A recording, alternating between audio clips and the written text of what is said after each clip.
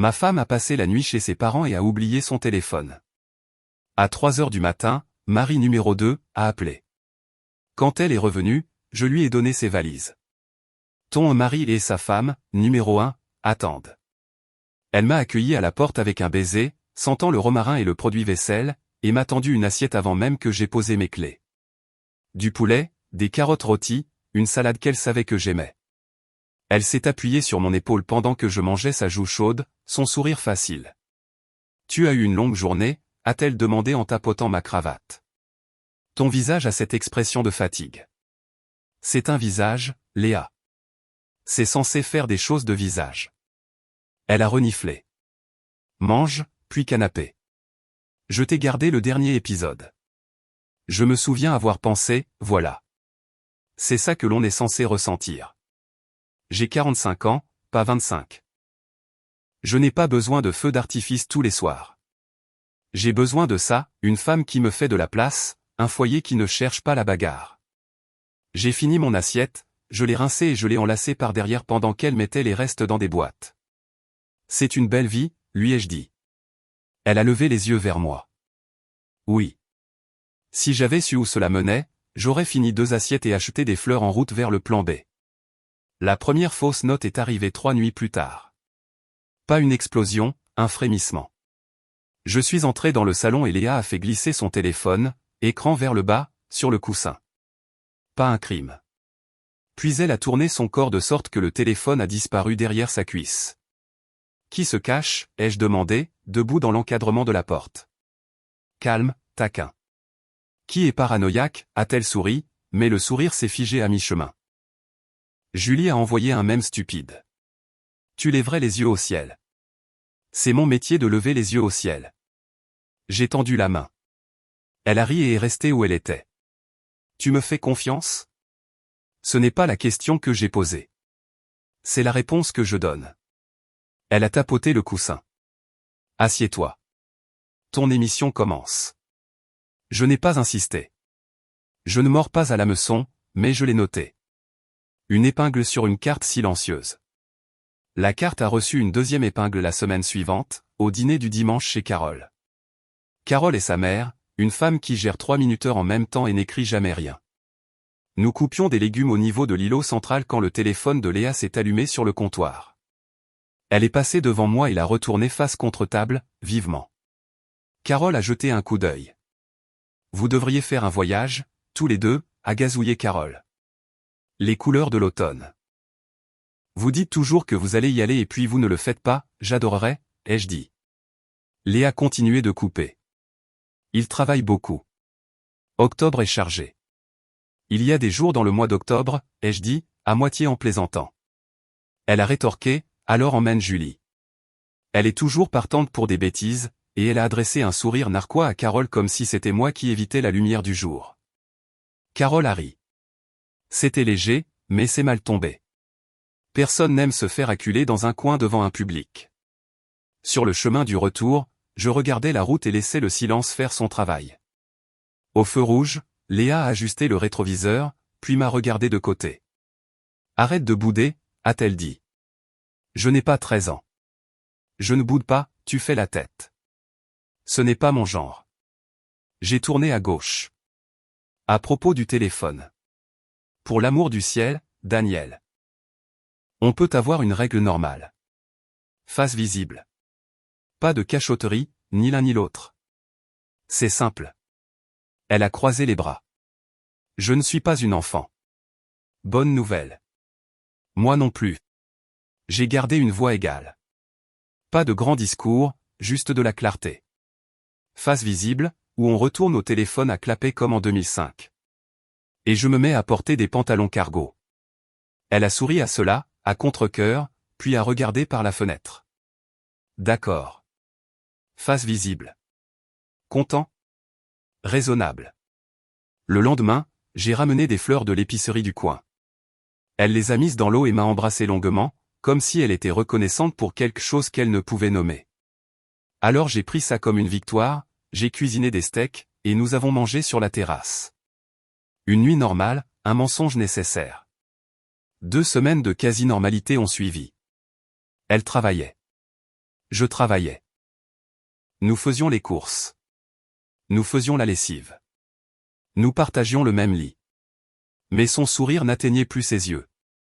Quand je parlais d'une virée en voiture en Normandie pour le week-end, elle hochait la tête sans jamais demander quand. Elle a commencé à rire à mes blagues avec un décalage, comme si elle lisait des sous-titres. À l'atelier, mon contremaître Pierre m'a surpris à fixer un bac de pièces. On dirait un type qui a trouvé une vis en trop après le montage, a-t-il dit en s'appuyant sur l'établi. C'est une sensation agréable, parfois. Ça dépend où la vis est censée aller, ai-je continué à trier. Ça t'est déjà arrivé, ce truc où le chien arrête de remuer la queue et tu ne sais pas pourquoi. Pierre s'est essuyé les mains.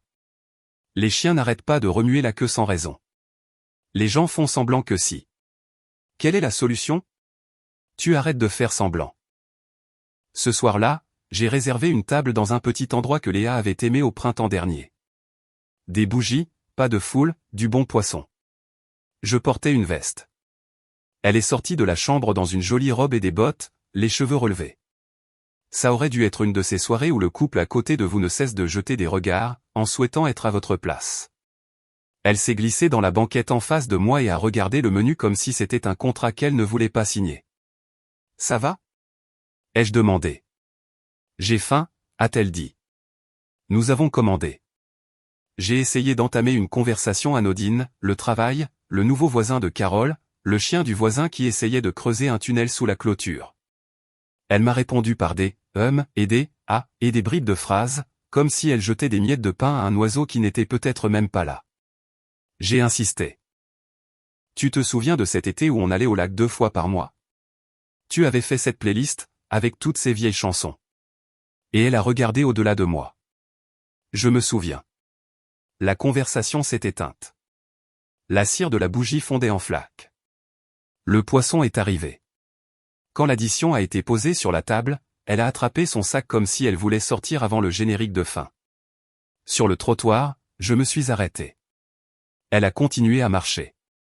Je l'ai laissé prendre 10 pas d'avance, puis j'ai appelé « Léa ». Elle s'est retournée. Je me suis approché.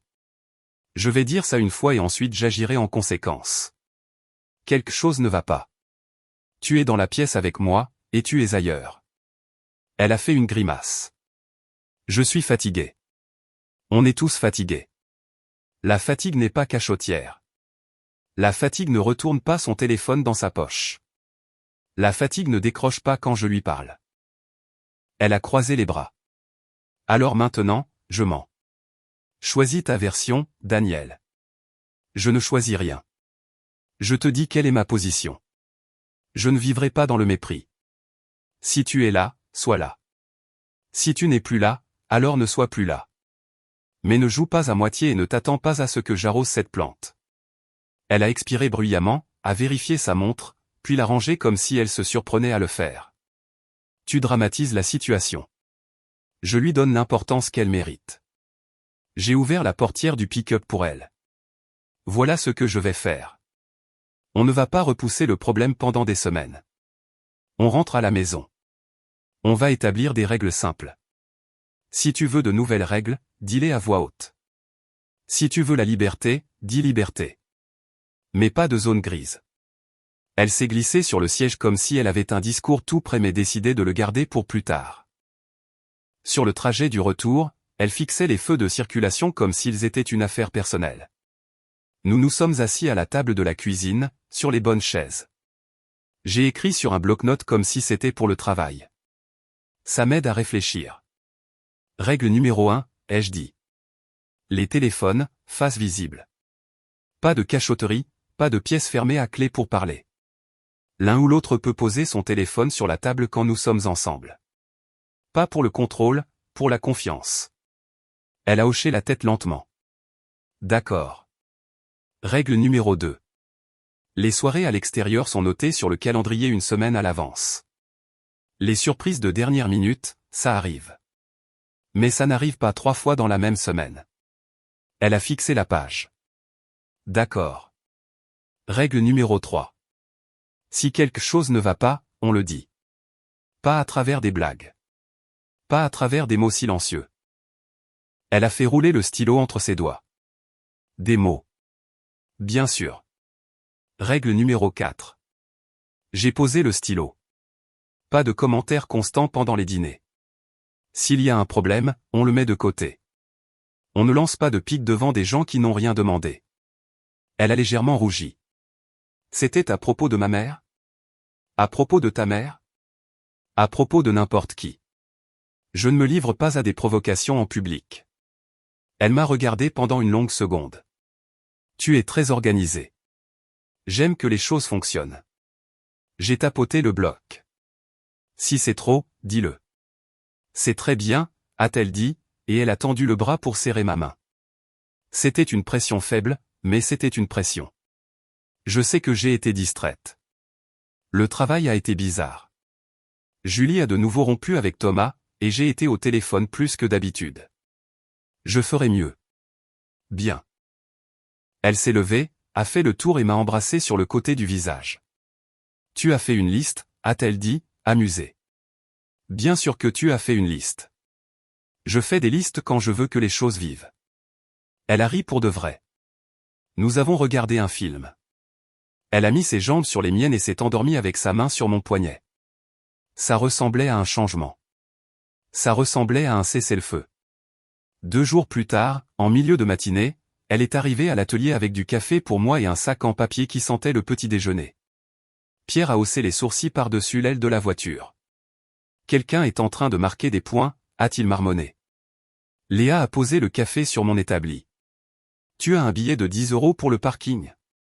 Je me suis garé sur le parking d'en face comme un criminel. Ils ne prennent que du liquide. Je lui ai tendu un billet de 20 €. Elle a approché sa main de mon visage. Je suis désolé pour l'autre soir, a-t-elle dit à voix basse pour que Pierre n'entende pas, j'étais dans ma tête.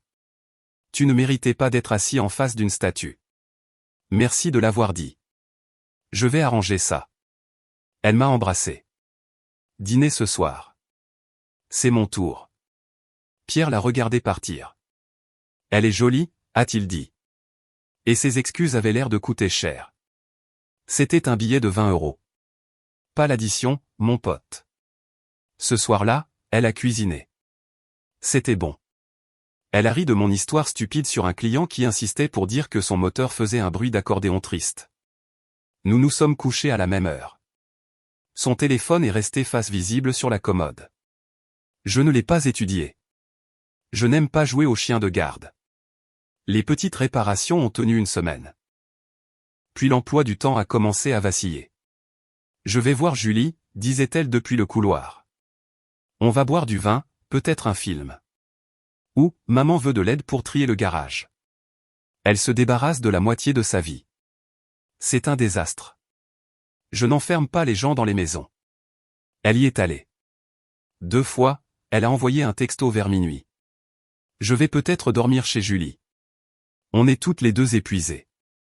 Une autre fois, maman a mal au dos. Je vais rester pour finir la cuisine. Je me suis assis dans un salon silencieux avec la télévision à faible volume et j'ai pensé aux épingles sur la carte. Un homme peut être patient.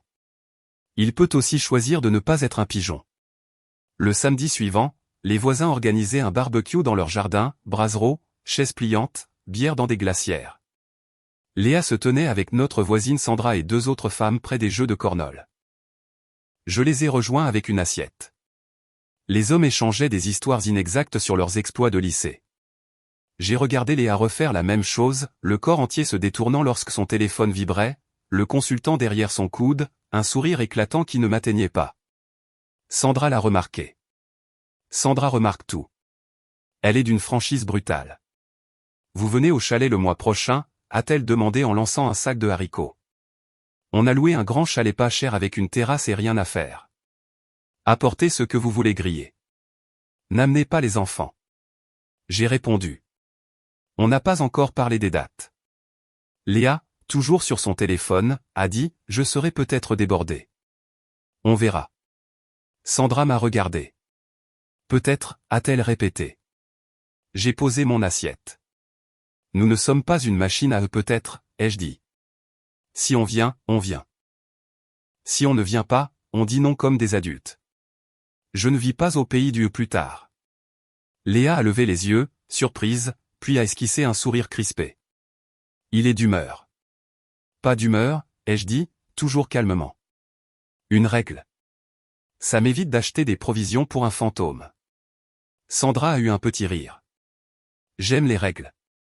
Léa a mis son téléphone dans sa poche. Très bien. On décidera cette semaine. Bien, ai-je dit.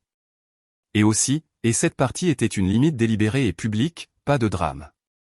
Si tu disparais pour la nuit, je veux l'adresse sur le calendrier. Pareil pour moi. Transparence. C'est la seule façon pour les adultes de ne pas s'inventorier l'un l'autre comme des gardiens de sécurité. Quelques personnes ont baissé les yeux sur leurs chaussures. Les sourcils de Léa se sont haussés. Tu plaisantes? À un barbecue? Non, je le cale pendant qu'on s'en souvient tous les deux. Comme ça, on n'aura pas un autre moment et cuisine de Carole. Sandra, que Dieu la bénisse, est intervenue. Il a raison. Notez-le. Ça sauve des vies. Elle m'a fait un clin d'œil et a tendu un marqueur à Léa. Tiens, écris tes secrets sur les chips. Nous sommes partis tôt. Pas de feu d'artifice, juste un changement d'atmosphère. Dans la voiture, Léa regardait droit devant elle. Tu m'as mise dans l'embarras, a-t-elle dit. Je nous ai empêchés de faire semblant, ai-je dit. Il faut toujours que tu gagnes. Moi, il faut toujours que je vive. Ce n'est pas le même sport. Elle a secoué la tête.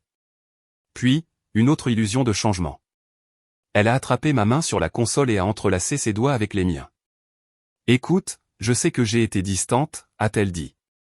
Je te jure qu'il ne se passe rien de mal. J'avais besoin d'espace avec mes amis.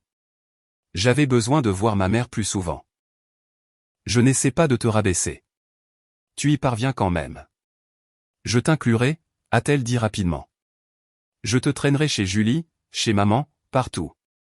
Si ça met fin à cette histoire, tu pourras t'ennuyer avec nous. Je ne veux pas être inclus comme un agent de sécurité. Je veux être inclus parce que je suis ton mari. Elle a serré fort. Tu le hais. Je te le promets. On le fera ensemble. D'accord. J'ai hoché la tête une fois. Je prends ça. Et je vérifierai. Tu ne me fais pas confiance? Je fais confiance au schéma. Je me fais aussi confiance. J'ai doucement retiré ma main. Ce n'est pas un sermon. C'est un point de contrôle. Elle a tenu parole, pendant un moment. Elle m'a invité chez Carole le jeudi suivant. Nous avons de nouveau coupé des légumes. Elle m'a raconté 3 longues histoires sur le chien de Julie et l'incapacité de Thomas à monter des meubles. Elle me regardait dans les yeux. Elle a ri aux 4 moments appropriés. Elle s'est assise avec moi sur le canapé ce soir-là et a mis ma main sous le plaid comme si nous étions des adolescents. Nous nous sommes de nouveau couchés à la même heure. J'ai noté l'effort. Je ne l'ai pas laissé effacer la carte précédente. 2 semaines de calme se sont écoulées. Je l'ai emmené bruncher. Elle m'a envoyé des photos d'un écureuil idiot près de la poubelle du bureau. Nous avons retrouvé Pierre et sa femme pour manger des tacos. Léa a même suggéré un musée un dimanche pluvieux. Tout semblait réparé. Les boulons étaient serrés. Le bruit avait cessé. Le 15e jour, elle m'a embrassé pour me dire au revoir à 7 heures du matin, une tasse de café à la main. Maman veut de l'aide en cuisine, a-t-elle dit.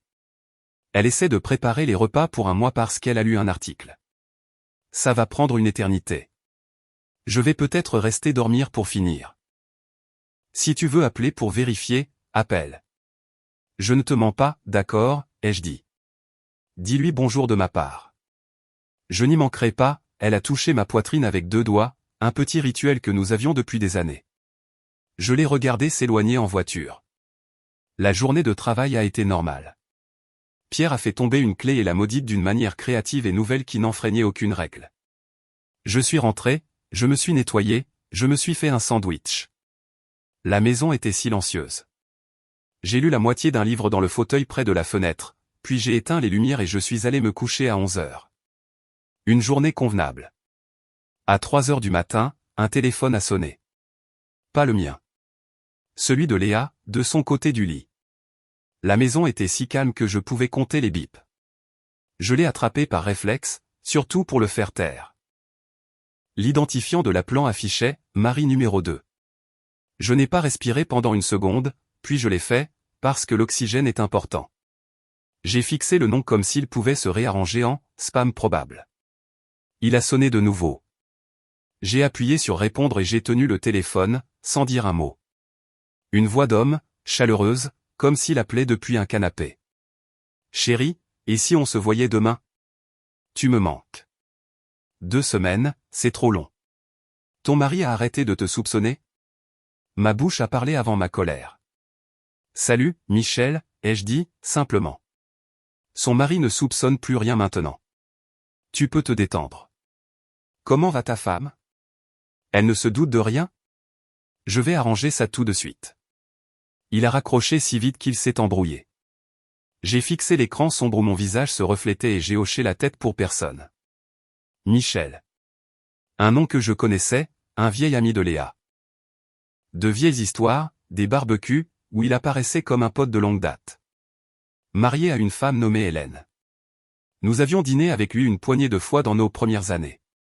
Il avait toujours été charmant à la manière d'un vendeur qui hésite encore entre vouloir votre argent ou votre respect. J'ai parcouru les contacts de Léa, j'ai trouvé Hélène. J'ai appelé. Elle a répondu à la 2e sonnerie, endormie et irritée. Allô? C'est Daniel, ai-je dit. Le mari de Léa. Elle a semblé instantanément réveillée. Daniel, qu'est-ce qui ne va pas? Rien ne va mal pour moi. Je viens de recevoir un appel pour Léa d'un contact intitulé au mari numéro 2. La voix était celle de Michel. Il a demandé à la voir demain. A dit que ça faisait 2 semaines. A demandé si j'avais arrêté de me méfier. J'ai pensé que vous devriez savoir. Je ne colporte pas de rumeurs. Hélène est restée silencieuse une seconde qui s'est étirée. Puis elle a expiré comme un pneu qui se dégonfle. Michel m'a dit qu'il était parti à la pêche, a-t-elle dit, sa voix s'est durcie. Il est parti ce soir. Il a dit qu'il n'était pas joignable. Vous me dites qu'il n'est pas à la pêche. Je vous dis ce que j'ai entendu, mot pour mot. Merci, a-t-elle dit d'un ton sec. J'apprécie l'appel. J'avais des doutes. Il est doué pour me faire sentir que je fais du bruit pour rien. Vous ne faites pas de bruit, ai-je dit. Si vous voulez parler à Léa aussi, vous en aurez peut-être l'occasion. J'aimerais bien, a-t-elle dit. Je suis réveillé maintenant. Nous avons raccroché. La maison bourdonnait comme les maisons bourdonnent la nuit.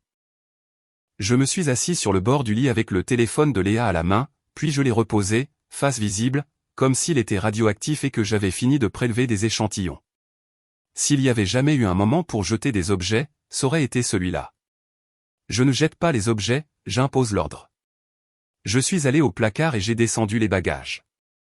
J'ai pris sa partie de la commode par les poignets et je l'ai vidé dans les valises, vêtements pliés, chaussures, le chargeur supplémentaire qu'elle perdait tout le temps. J'ai tout fermé hermétiquement et j'ai aligné les valises près de la porte d'entrée en une rangée soignée, comme un aéroport sans les files d'attente. J'ai retiré notre photo de mariage de l'étagère du couloir et je l'ai mise dans le placard. Pas cassée, pas brûlée, juste fini de servir de pièce d'exposition. À 6 heures, j'ai préparé des œufs. À 7h30, la porte du garage s'est ouverte. Léa est entrée, portant un sac fourre-tout et un sac en papier, comme si elle avait vraiment été chez Carole. Ses cheveux étaient légèrement en désordre, son maquillage estompé comme si elle avait cuisiné pendant 12 heures puis s'était effondrée sur un canapé. Elle a vu les valises, s'est arrêtée et m'a regardé. Qu'est-ce que c'est? Je me suis séché les mains sur une serviette. Ton autre mari a appelé à 3 heures, ai-je dit. Il voulait fixer un rendez-vous. J'ai pensé que je pouvais t'aider à déménager rapidement. Et aussi, sa femme a hâte de te voir. Elle est devenue blanche, puis rouge, puis de nouveau pâle, comme si la couleur ne savait pas où se poser. De quoi tu parles? Le téléphone a sonné, ai-je dit. Le nom affiché était mari numéro 2. Tu m'as donné la règle du téléphone face visible. J'ai répondu, j'ai entendu une voix familière. Il a utilisé ton nom. J'ai utilisé le mien. Il a raccroché. J'ai appelé Hélène, puisqu'elle vit aussi sur cette planète. Elle a posé le sac par terre un peu trop fort. Je peux expliquer. Tu peux essayer. Je ne suis pas un juge. Il n'y a pas de jury ici. Je ne suis même pas en colère comme tu voudrais que je le sois. Je suis efficace. J'ai fait un geste vers les valises. Tu peux les emmener chez Carole ou chez Michel. C'est toi qui décides. Ce n'est pas ce que tu penses. C'est exactement ce que je pense. C'est aussi ce qu'il a dit. Elle a fait 2 pas vers moi, les mains tendues. Daniel, s'il te plaît. J'ai tout gâché. J'ai arrêté. On a parlé après ta nuit de la liste. J'ai arrêté. Je le jure. Ce soir, j'étais chez maman. Tu ne gagnes pas de points pour avoir arrêté quelque chose que tu n'aurais jamais dû commencer. Et si tu as arrêté, pourquoi a-t-il encore ton numéro sous au mari numéro 2? Sa mâchoire s'est crispée. C'était une blague. Une blague stupide. Tout est une blague jusqu'à ce que ça devienne une règle, ai-je dit. Veux-tu que je t'explique ce qui va se passer maintenant, ou veux-tu discuter de sémantique jusqu'à ce que quelqu'un soit en retard au travail? Je ne veux aller nulle part, a-t-elle dit. Les larmes ont commencé à poindre. Elle n'a pas tendu la main vers moi, elle savait que ce serait inutile. Je veux arranger ça. Je ferai n'importe quoi. Tu feras ce que tu as choisi de faire. Tu emmèneras tes valises chez ta mère. Tu me laisseras la maison pour le mois. Et je te laisserai la voiture pendant 2 semaines parce que je peux en acheter une autre. Tu parleras à Hélène quand elle appellera parce que je l'ai invité. Ensuite, tu recevras un message de ma part avec les papiers qui mettront fin à tout ça sans conflit. Tu ne toucheras pas à mon atelier. Tu ne toucheras pas à mes économies. Tu garderas ce qui est à toi. On fera les choses proprement. Elle s'est essuyé le visage avec sa manche comme une enfant. Je n'arrive pas à croire que tu mettes fin à notre histoire comme une liste de contrôle. Tu as commencé à y mettre fin comme un secret. C'est la manière adulte de faire. J'ai pris mes clés. Tu veux que je vienne avec toi chez Michel pour qu'on ait une petite réunion de famille? Ça pourrait être amusant pour les voisins. Elle a tressailli. Non. Bien. Alors tu peux nous épargner à tous les 2 le discours. Prends les valises. Daniel. J'ai levé une main. Dernière chose. Ne transforme pas ça en séance de thérapie de groupe avec tes amis. Je ne rejoindrai aucun cercle. Toi et moi, on a fini de négocier des sentiments. On négocie de la logistique. Elle a hoché la tête, un petit signe, comme si elle comprenait une langue qu'elle ne voulait pas apprendre. Elle a transporté les valises une par une jusqu'à la voiture. Elle n'a pas claqué une seule porte. Elle est revenue à l'intérieur sans le sac, s'est tenue dans l'entrée et a tenté une dernière fois. S'il te plaît, a-t-elle dit. Je me sentais seule. J'ai été stupide. Je pensais pouvoir contrôler la situation. Puis tu as commencé à remarquer des choses et j'ai paniqué. Mais je t'ai choisi. Je te choisis maintenant. Tu as choisi la nouveauté, ai-je dit. Tu as choisi l'excitation d'être désiré sans avoir de compte à rendre. Tu n'es pas la première personne à faire cette erreur. Mais tu l'as faite sur mon temps. Cette partie-là est terminée. Elle a pleuré en silence. Pas joliment. Je l'ai laissé faire. Quand elle a pu respirer, elle a murmuré, « Tu vas le dire à ma mère ?» Elle demandera. Je dirai la vérité. Je n'inventerai pas d'histoire. Tu pourras raconter ta version, mais la mienne est accompagnée d'un journal d'appel. Elle a hoché la tête. Je suis désolé, a-t-elle dit. Je le pense vraiment. Je crois que tu es désolé d'en être arrivé là, ai-je dit. Je ne pense pas que tu sois désolé pour toutes les étapes qui t'ont fait du bien. Elle a dégluti. Est-ce que tu me détestes? Non. J'en ai fini avec toi. Elle est sortie. La porte a cliqué. Je suis resté dans la cuisine avec mon café et les stupides fleurs d'il y a 2 semaines, qui se fanaient dans leur vase comme une blague sur le timing. Puis j'ai rincé le vase, parce que la vaisselle se fait, que votre vie explose ou non. À 10 heures, Carole m'a appelé. Léa est passée, a-t-elle dit, d'une petite voix que je ne lui avais jamais entendue. Elle m'en a dit assez. Je lui ai dit de s'excuser auprès de toi et de te laisser en paix. Je suis tellement désolé. Ce n'est pas de votre faute, ai-je dit. Vous avez élevé une femme bien. Elle a fait un choix. Je gère la situation. Est-ce que vous allez bien? A demandé Carole. Je suis organisé, ai-je répondu. Hélène m'a envoyé un texto d'une seule ligne, il est à la maison. 20 minutes plus tard, un autre, il a essayé de nier. Puis il a craqué. Merci pour l'info. Si vous avez besoin de me joindre, vous pouvez. J'ai répondu, situation gérée ici. Bonne chance. Je suis allé à l'atelier parce que bouger, ça aide. Pierre a regardé mon visage et n'a pas posé de questions. Il m'a lancé un chiffon. La pompe à vide du poste de siffle, a-t-il dit. Si tu veux démonter quelque chose qui le mérite. J'ai démonté la pompe. Elle était pleine de crasse. La réparer était satisfaisant d'une manière que les humains le sont rarement. Au déjeuner, Pierre a finalement demandé, prudemment, toi et Léa, ça va. On se sépare, ai-je dit. Proprement. Pas de feu d'artifice. Il a hoché la tête lentement. Tu veux une bière ce soir? Je veux une séance de sport, ai-je dit. Une bière après. Ça, on peut faire. J'avais fait rédiger les papiers pour le mardi. À l'amiable, des partages clairs. J'ai laissé de côté la rancune. J'ai laissé de côté les histoires. Léa a signé le jeudi. Elle n'a pas essayé de prendre quoi que ce soit qui ne lui appartenait pas. Si la culpabilité peut être honorable, elle l'a gérée honorablement. J'ai respecté cet aspect. La maison était étrangement silencieuse sans elle, mais c'était honnête. J'ai bien dormi. J'allais au travail tôt et je restais tard. J'ai répondu au texto indiscret de Sandra par « Nous ne serons pas au chalet ». Elle a répondu par une série de points d'interrogation, puis « Si tu as besoin d'une tondeuse, prends la nôtre ». C'est Sandra. De la sympathie pragmatique. Un mois plus tard, le divorce était prononcé. Je n'ai pas mis ça sur Internet. Je n'ai pas trinqué. J'ai acheté une petite maison en périphérie de la ville avec un garage assez grand pour 2 projets et une cuisine qui n'avait pas besoin d'impressionner qui que ce soit. J'ai échangé mon vieux pick-up contre un plus récent. J'ai amélioré mes outils parce que je le pouvais. Je ne suis pas parti à la recherche d'une nouvelle femme comme un homme qui a besoin d'un pansement. J'ai rencontré Eve à la salle de sport à 6 heures du matin, tous les deux à moitié réveillés et faisant exactement le contraire d'engager la conversation. On s'est bousculé pour le même kettlebell, et elle a dit, toi d'abord. Tu as l'air de savoir t'en servir pour ce à quoi il sert. Elle est infirmière. Elle ne parle pas quand parler n'est que du bruit. On a commencé à prendre un café après. Puis le petit déjeuner, puis les dîners.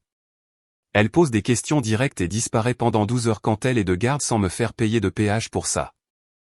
Elle sait à quoi ressemble la fatigue. 2 mois après les papiers, j'ai croisé Léa au marché un samedi. Elle portait un sweat à capuche et des lunettes de soleil et paraissait plus petite que dans mon souvenir pas mince, juste sans cet air supplémentaire que les gens arborent quand ils sont sur 2. Elle m'a vu, a hésité, puis s'est approchée. Salut, a-t-elle dit. Salut. Tu as l'air en forme. Je dors. Elle a hoché la tête, un sourire gêné. Je vais bien. Je suis chez maman pour l'instant. Je cherche mon prochain logement. Le travail ça va. Tu sais, je ne demande rien. Je voulais juste dire, ses yeux se sont embués, elle a cligné des yeux pour les éclaircir, je suis désolé pour tout. Je pense à ce que j'ai jeté, et ça me rend malade. Tu n'es pas la seule personne à avoir jeté quelque chose de bien, ai-je dit. Mais tu l'as jeté. Je sais. Elle a semblé vouloir s'approcher de moi, puis s'est ravisée. Si je pouvais réparer ça. Tu ne peux pas, je n'étais pas froid. J'étais définitif. Cette chance est passée. Elle a dégluti. Je m'en doutais. Nous sommes restés là une seconde dans le bruit des gens qui achetaient des tomates. J'ai fait un pas en avant et je l'ai serré dans mes bras une fois. Ce n'était ni tendre ni méchant. C'était un dossier classé sous forme humaine.